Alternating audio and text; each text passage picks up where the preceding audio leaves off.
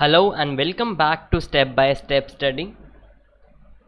So today onwards we'll start a new topic which is topic number 11 of your syllabus, and इस topic में हम cover करेंगे time series analysis. अभी तक हमने डिस्क्रिप्टिव स्टैटिस्टिक्स पढ़ा, देन इन्फेरेंशियल स्टैटिस्टिक्स पढ़ी and we did statistical analysis of data. We studied sampling also, जहाँ हम सैम्पल डेटा की कलेक्शन टेक्निक पढ़ते थे. और सैम्पलिंग में हमने पढ़ा था कि हाउ अ सेल्स मैनेजर और representative collects the data daily या monthly to analyse the sales और कंजम्पशन ऑफ पीपल. एंड जब हम वेरिएबल या कैरेक्टरिस्टिक के डेटा को over a period of time, that is चाहे डेली, वीकली या क्वार्टरली कलेक्ट करते हैं, तो वो set of data is known as time series. Series क्योंकि series of data, and time because over a period of time उस data को pertaining to a variable और कैरेक्टरिस्टिक कलेक्ट किया जाता है, इसलिए इसको कंबाइन करके टाइम सीरीज कहते हैं. And analysis of that data, that is that time series of data, helps in understanding past behaviour of a variable, या फिर अगर हमें कोई कंक्लूजन ड्रॉ करनी हो. एंड फाइनली वो डेटा हमें फ्यूचर प्लान करने में या फ्यूचर फोरकास्ट करने में काम आता है. एंड यही सब को हम टाइम सीरीज एनालिसिस के अंडर पढ़ते हैं. इसका एक्सटेंशन इंडेक्स नंबर्स है, जो हम पहले पढ़ चुके हैं, जहां हमने पढ़ा था कि about how an index number combines two और more time series variables related to non comparable units. मतलब जब उनके यूनिट्स कंपेरेबल नहीं होते थे, then we use that index number, जो उन दो टाइम सीरीज वेरिएबल्स को कंबाइन कर पाता था. तो अब देखते हैं कि टाइम सीरीज एनालिसिस में हमें क्या क्या पढ़ना है. तो आपका टाइम सीरीज एनालिसिस का टॉपिक जो है उसमें ये वाले सब टॉपिक्स कवर होंगे. द फर्स्ट सब topic will be components of time series. और कंपोनेंट्स ऑफ टाइम सीरीज में आप जो डेटा में फ्लक्चुएशंस देखते हैं ना कई बार, उसके पीछे काफ़ी रीजंस होते हैं. या टाइम सीरीज डेटा कैसा है डिपेंड करता है वो 4 ब्रॉड कैटेगरीज पर या फिर 4 कंपोनेंट्स पर डिपेंड करता है. ऑल राइट, तो वो जो 4 कंपोनेंट्स हैं वो क्या हैं? वो 4 कंपोनेंट्स हैं आपके लॉन्ग टर्म और सेक्युलर ट्रेंड, फिर सीजनल वेरिएशन, फिर cyclical variation, and then last में इरेगुलर और रैंडम वेरिएशंस. तो एक इनका ब्रीफ देख लेते हैं कि ये कंपोनेंट्स क्या होते हैं, and then we'll proceed to the other subtopics. तो long term और secular trend, these are long term causes और trends जो डेटा में upward या downward movement करते हैं, but in a predictable manner. ठीक है, जो भी long term causes या trends होंगे ना, long term याद रखना, जो movements कर रहे हैं डेटा में, पर ये जो movements होंगी ये प्रेडिक्टेबल होंगी कि ऑल्दो लॉन्ग टर्म है पर वी कैन प्रेडिक्ट देम.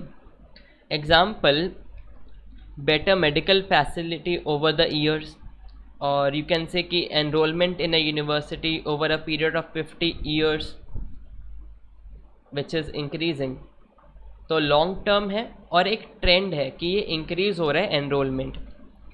ठीक है, दैट इज़ जो भी लॉन्ग टर्म रिलेटेड आपके डेटा होगा और ट्रेंड, उसमें जो भी लॉन्ग टर्म ट्रेंड होगा ना डेटा में, that is your long term trend या लॉन्ग टर्म वेरिएशन या फिर सेक्युलर ट्रेंड. फिर आपके टाइम सीरीज डेटा में सेकंड वेरिएशन आती है सीजनल वेरिएशन से,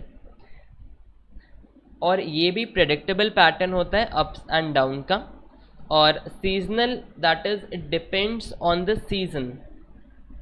फॉर एग्जाम्पल, अगर हम ईयरली डेटा लेते हैं एंड टेम्परेचर देखें, लेट्स से दिल्ली का टेम्परेचर देखें, तो अप्रैल टू जून में हाई टेम्परेचर होता है, और जैन टू फरवरी में लो टेम्परेचर होता है, एंड ये प्रेडिक्टेबल पैटर्न है और हर साल रिपीट हो रहा है, ठीक है।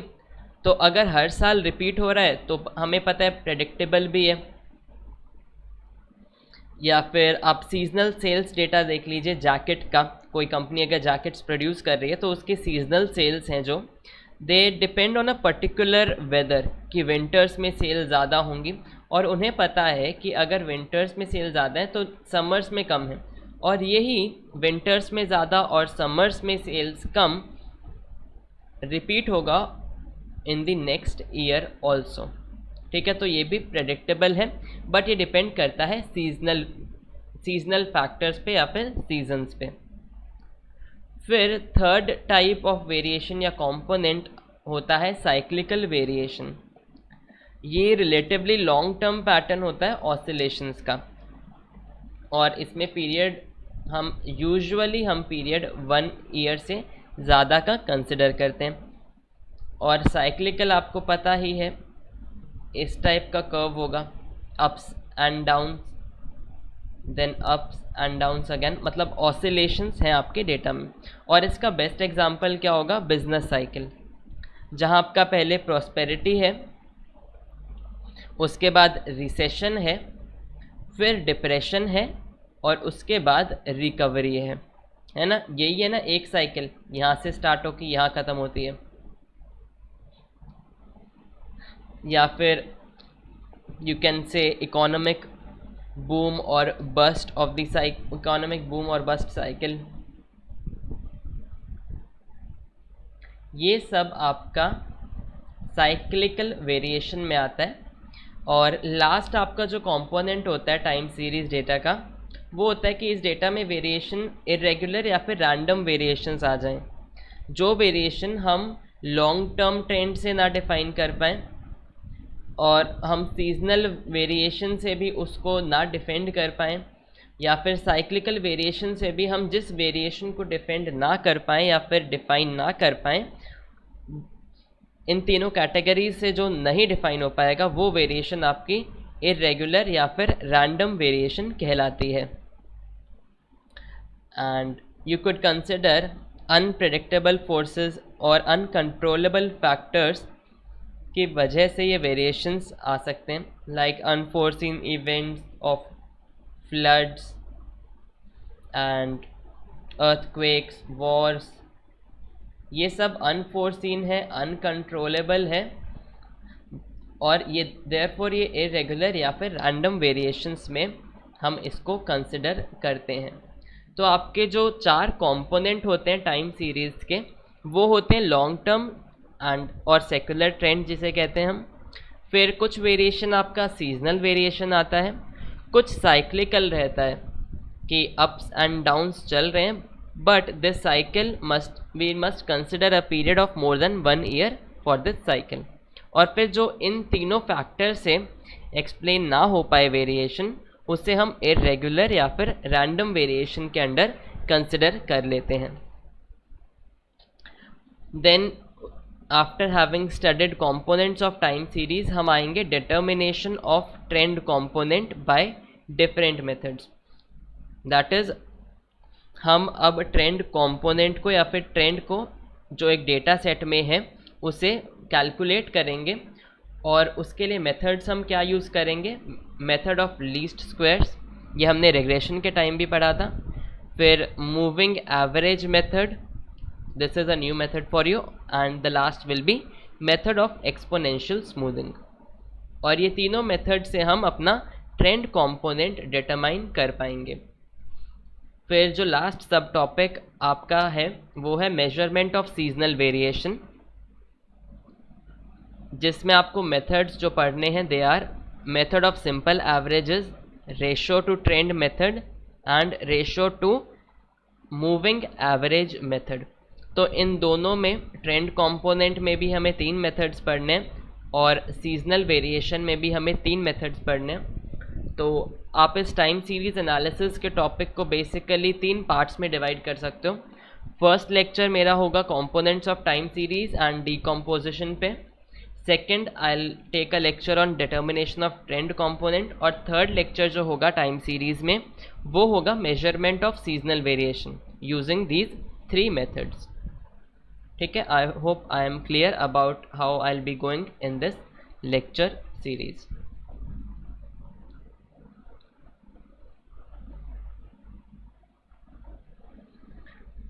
अब हमने ये तो देख लिया कि इसमें सिलेबस क्या है, उससे पहले we must also know, deep में जाने से पहले हमें पता होना चाहिए कि टाइम सीरीज एक्चुअली होती क्या है। Data on any characteristic collected and arranged on the basis of time, उसे हम टाइम सीरीज कहते हैं। That is data related to a particular characteristic या फिर फीचर, ठीक है, जिसे हम क्रोनोलॉजिकल ऑर्डर में अरेंज कर देते हैं, उसे हम टाइम सीरीज डेटा कहते हैं। अब depending on the objective of your study या रिसर्च, टाइम हम क्या ले सकते हैं, वीक का टाइम ले सकते हैं, या फिर मंथली डेटा, या ईयरली, या फिर एक decade. And time series data के एग्जाम्पल क्या हो सकते हैं, sales of a firm in the successive years, या फिर production, monthly production figures of a cloth factory, या फिर hourly temperature of a patient. ये सब आपका टाइम सीरीज में आता है। आर्ली टेम्परेचर ऑफ पेशेंट भी कैसे टाइम सीरीज डेटा में आएगा, बिकॉज रेगुलर टाइम इंटरवल पे हम टेम्परेचर नोट कर रहे हैं और हमारा कैरेक्टरिस्टिक क्या होगा, टेम्परेचर उसमें। ठीक है, तो जो भी डेटा आप किसी फीचर के लिए कलेक्ट करते हैं या कैरेक्टरिस्टिक का डेटा कलेक्ट करते हैं, और जब उसे आप टाइम के बेसिस पे अरेंज कर देते हैं, क्रोनोलॉजिकल ऑर्डर में अरेंज कर देते हैं, या फिर आप उस डेटा को जब स्पेसिफाइड टाइम इंटरवल्स पे कलेक्ट करते हैं, तो उसे हम टाइम सीरीज़ या फिर टाइम सीरीज़ डेटा कह देते हैं। और यूजुअली जो ये डेटा कलेक्ट होता है या फिर जो ये फीचर्स होते हैं, उसे हम y से डिनोट करते हैं, और जो टाइम यूनिट्स हैं हम उसे t से डिनोट करते हैं। अब y और t आपको देख के एकदम लगा होगा कि y डिपेंडेंट वेरिएबल है और t इंडिपेंडेंट वेरिएबल है, मतलब टाइम का इस डिपेंडेंट वेरिएबल पे इफ़ेक्ट आ रहा होगा, पर ऐसा कुछ नहीं है। Time is not the cause, और जो y में चेंजेस आ रहे हैं वो टाइम की वजह से इफ़ेक्ट नहीं है। ठीक है, जो हम पढ़ना एक्चुअली चाह रहे हैं वो हम ये पढ़ना चाह रहे हैं कि during a given period of time t1 से tn आपके y में या फिर आपके वेरिएबल में क्या चेंजेस आए, हम ये पढ़ना चाह रहे हैं। हम ये नहीं पढ़ना चाह रहे हैं कि टाइम की वजह से उस y पे क्या चेंजेस आए। ठीक है, टाइम एक फैक्टर हो सकता है कि हाँ टाइम के वजह से y में चेंजेस आए, but we are more than interested in the fact कि और कौन सी चीज़ें हैं या और कौन सी वेरिएशन है जिस वजह से आपके ये जो डेटा कलेक्ट किया गया है उसमें चेंजेस आया है over the period of time. ठीक है, तो आई होप कि आपको समझ आ गया होगा कि टाइम सीरीज़ या टाइम सीरीज़ डेटा क्या होता है। And these are some famous definition which I found from a source, और मुझे लगा कि डायरेक्ट आपके एग्जाम में डेफिनेशन आ सकते हैं, so I put them down here. First is a time series consist of statistical data which are collected recorded over successive increments या फिर सक्सेसिव टाइम पीरियड्स। और सेकेंड डेफिनेशन टाइम सीरीज की, when quantitative data are arranged, और quantitative हमने quantitative और qualitative में difference पढ़ लिया था पहले भी।